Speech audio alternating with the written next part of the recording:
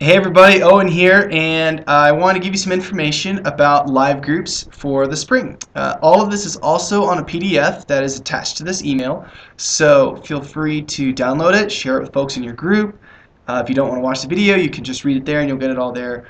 So hope you're doing well today. I am in the Pier, which is our 4th and 5th grade room here at the Broomfield campus. I like to move around just to kind of keep things, I don't know, I get more creative when I'm not at my desk, so sometimes I move around. Just a few things I want to talk about. First, 3 things that are new in live groups this spring. The first is a longer semester. I know we've already touched on this, but the live groups will begin this week, January 20th. They'll end May 18th, so that's 17 weeks. But it's actually 15 weeks, because the second thing I wanted to talk about is that we'd like all the live groups to go ahead and take a break at some point during the semester. Maybe 1 week off, maybe 2 weeks off, maybe they're 2 weeks together, maybe they're single weeks off at different points in the semester. But the idea is if your group is busy at a certain point, take a break and take a breather, because 17 weeks is a long time. But we're going to give it a shot and we're going to see how this works, and as it goes, please let me know. We're always up for making a better calendar.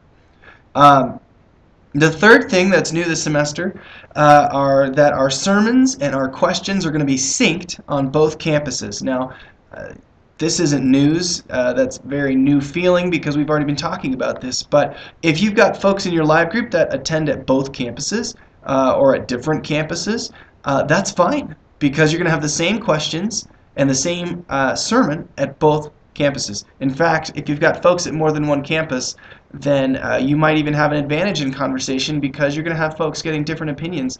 They're going to be getting different ways of looking at these ideas from different speakers. So that could be cool.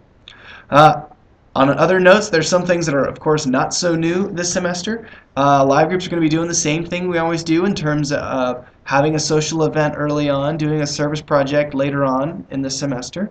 It's going to include spending every week with deliberately unstructured time for your group just to hang out, because that's not something we do here in Denver very often, is just take time for nothing. So spend time with your group just hanging out. Spend time praying together. Spend time discussing the questions in the bulletin. Use those questions as a starting point for a great conversation, and always aim to figure out, how does the Bible text apply to our lives? Not just in general, but in the lives of the people in your group specifically, in your life specifically. That's the way discussions are meant to go. And then finally, just a couple suggested house rules as you put your live group, as everything gets started this week. First, just some suggestions that might be a good thing to bring up with the group, might not, depending on where your group is at.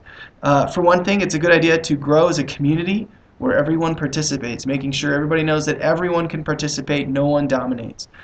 Making sure that everybody knows that they should accept each other because Jesus accepts us. Making sure that we should take care of each other when life happens, because life does happen, and we need to take care of each other, but we also need to not parent each other, and there's a difference. Making sure that if someone wants something to stay within the group confidential, that happens. Maybe saying something about attendance, making sure folks understand that, presence is part of community.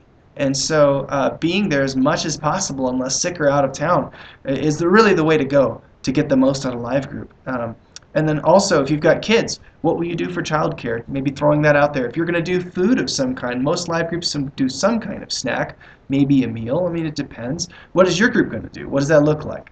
And then make sure everybody knows that it's supposed to be fun.